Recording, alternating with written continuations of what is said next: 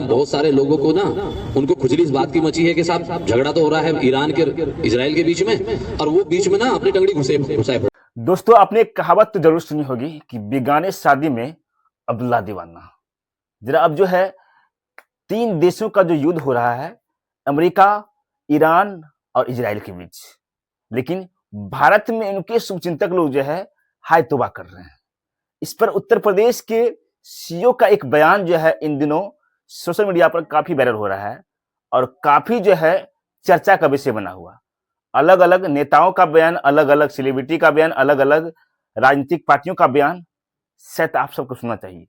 बहुत सारे लोगों को ना उनको खुजली इस बात की मची है कि साहब झगड़ा तो हो रहा है ईरान के इजराइल के बीच में, और वो बीच में ना अपनी टंगड़ी घुसाए पड़े हैं। भाई अगर इतनी दिक्कत है तो आप बैठ जाओ जहाज में। जब जहाज लेने जा रहा है वहां ईरान में फंसे हुए भारतीयों को, तो जहाज में बैठ जाओ और चले जाओ और जाओ लड़ो ईरान की तरफ से, लौट के आ जाओ। लेकिन किसी दूसरे 2 देशों के बीच में झगड़ा हो रहा है और उस झगड़े का अगर हमारे देश में कानून व्यवस्था पर कोई असर पड़ेगा तो हम फिर इलाज करेंगे बहुत बढ़िया वाला। कहीं पर किसी भी प्रकार का किसी नमाज में, अलविदा की नमाज में या जुमे की नमाज में, कोई भी किसी प्रकार के किसी देश के विरोध में, किसी के विरोध में कोई स्लोगन, कोई पट्टी, कोई नारा, ये नहीं होना चाहिए। हम हिंदुस्तानी हैं, हम भारतीय हैं, हम यहाँ सुकून से रह रहे हैं। 2 देशों के बीच में, 4 देशों के बीच में जो लड़ाई हो रही है वो उनके अपने अंतर्राष्ट्रीय मुद्दे हैं, वो जानेंगे उसके लिए। लेकिन कोई आदमी आए साहब, 10 आदमी खड़े होकर छाती पीट रहे हैं, हाय हाय हाय साहब ईरान को मार डाला, ईरान को मार डाला। अरे भाई इतना वो है तो चले जाओ ईरान, इसको जाना। लेकिन ये चीजें बिल्कुल हम बर्दाश्त यहाँ नहीं करेंगे कि हमारे यहाँ आके कोई भी आदमी अपने देश में आके यहाँ कोई फिजा बिगाड़े। दरअसल सीओ साहब मुस्लिम लोगों के बीच में एक संवाद कर रहे हैं और संवाद ये कर रहे हैं कि आने वाले समय में ईद का समय है, ईद का त्योहार है, और इस ईद के त्योहार में वो बात कर रहे हैं कि जिस देश में लड़ाई हो रहा है और इस भारत में रह रहे लोगों को खुजली क्यों हो रहा है। भारत में वो लोग जो ईरान के युद्ध के लेकर के यहाँ आखिर लॉ एंड ऑर्डर को क्यों तार-तार कर रहा है, क्यों जो है बीच सड़क पर आकर के ईरान के समर्थन में वो नारेबाजी कर रहे हैं, आखिर उसे क्यों ऐसी खुजली हो रही है। यही सब बात जो है बता रहे हैं, यही सब बात जो है संदेश दे रहे हैं कि जिस देश में लड़ाई हो रहा है उस देश की लड़ाई भारत की प्रशासनिक व्यवस्था पर नहीं पड़नी चाहिए और नहीं वहां की कोई बात यहाँ पर होनी चाहिए। अब दरअसल ईद के समय में सीओ का ये बयान जो है लोगों को दिल में काफी खल रही है, चाहे वो राजनेता हो, चाहे वो कोई भी व्यक्ति हो, सबको ये चुभन से हो रही है। जैसे ही ये बात सामने सोशल मीडिया पर आई तो तुरंत संभल कोर्ट ने भी जो है उसे नोटिस भी दिया है और नोटिस के बाद जो है उसे इस्तीफा देने के लिए कह दिया गया। अब जरा समझिए कि ईद के समय पर मुसलमान लोग ईरान के समर्थन में हुड़दंगी न मचाए, इसलिए जो है ये बैठक की गई है, शांति समिति की बैठक की गई है, जिन्होंने सीओ ने इस बात को लेकर के दोहराया है। सीओ का कहना था कि ईद के समय में आप लोग किसी प्रकार की कोई परेशानी न करे, किसी प्रकार कोई हाथाहाथ न करे। ईरान में जो कुछ हो रहा है वो हमारे देश भारत पर इसका असर नहीं पड़ना चाहिए, उससे लॉ एंड ऑर्डर जो है पर असर पड़ेगा। मुस्लिम पक्षकारों का कहना है कि अगर ईद में सारे नियम अगर बनाए जाते हैं तो और भी तो त्योहार है, उस त्योहार पर क्यों नहीं कानून कायदे लागू किए जाते हैं, सिर्फ और सिर्फ ईद के समय में आखिर ऐसा क्यों कह रहा है। मुसलमानों का कहना है कि मुसलमान के त्योहारों पर आखिर पाबंदी क्यों लगाई जाती है।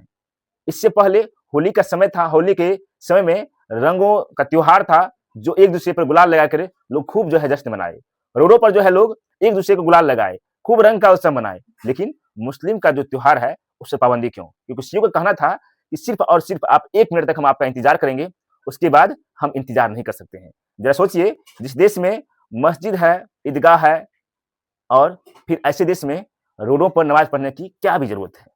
आखिर रोड पर नमाज पढ़ने से सीओ को क्या दिक्कत है? आखिर रोड पर नमाज पढ़ने से क्या वास्तव में ईरान में जो घटनाएं हो रही है, ईरान में जो युद्ध हो रही है, क्या उस युद्ध का असर जो है भारत पर भी पड़ने वाला है? क्या यहाँ नमाज पढ़ेंगे वहां पर क्या उपद्रव मचाया जाएगा? इस सब को लेकर के सीओ का ये बयान जो है काफी जो है सुर्खियों में है और सोशल मीडिया पर काफी जो है ये ट्रेंड हो रहा है। इस पर हाईकोर्ट का भी जवाब साफ साफ था। मैं उस डीएसपी साहब को बोलूंगा, ये मुल्क आपके बाप का नहीं है।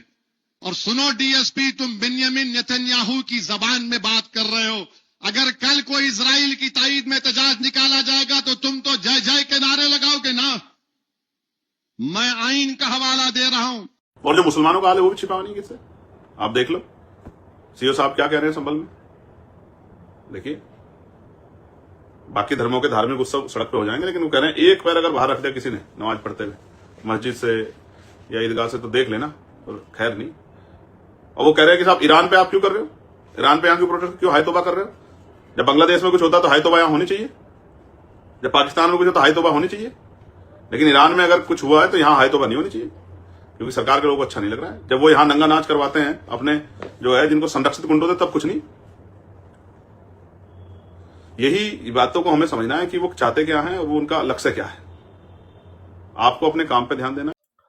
अब ऐसे में सवाल उठता है कि क्या मौजूदा स्थिति को देखते हुए सीओ ने यह फरमान जारी किया है, क्या मौजूदा स्थिति को देखते हुए सीओ ने ये अपना गाइडलाइन जारी किया है, क्या सीओ ने जो भी कुछ कर रहा है वो किसी के दबाव में कर रहा है, क्या सीओ जो भी कुछ कर रहे हैं क्या आने वाले समय में जिस प्रकार से भारत में ईरान के समर्थन में लोग उतर आए हैं क्या ये उसके पक्ष में है। और जिस प्रकार से ओबीसी और चंद्रशेखर बता रहे हैं कि मुसलमानों के त्योहार में इतनी सारी पाबंदियां क्यों लगाई जाती है, आखिर मुसलमान देश के लिए इस देश में क्या कानून नहीं है, क्या उसके लिए इस देश में आईन नहीं है। ऐसे सीओ को बर्खास्त की जरूरत की है, ऐसे सीओ को पद से उसे विमुक्त किया जाए। बाकी आप सब जो है इस विषय पर क्या सोच रहे हैं, क्या वास्तव में भारत जैसे देश में क्या धर्मों के बीच कोई भेदभाव होता है, भारत जैसे देशों में क्या धर्मों को अलग अलग धर्मों के लोगों के अलग अलग समुदाय के लोगों को क्या त्योहार मनाने के लिए उसे मनाही किया जाता है, या अलग अलग समुदाय के लोगों को धर्म मनाने की इजाजत नहीं है। खैर ये सब बात आप में मैं छोड़ता हूं और आप जो है जरूर हमारे कमेंट के माध्यम से बताइएगा और इस चैनल को सब्सक्राइब और शेयर जरूर कीजिएगा। तब तक के लिए जय हिंद।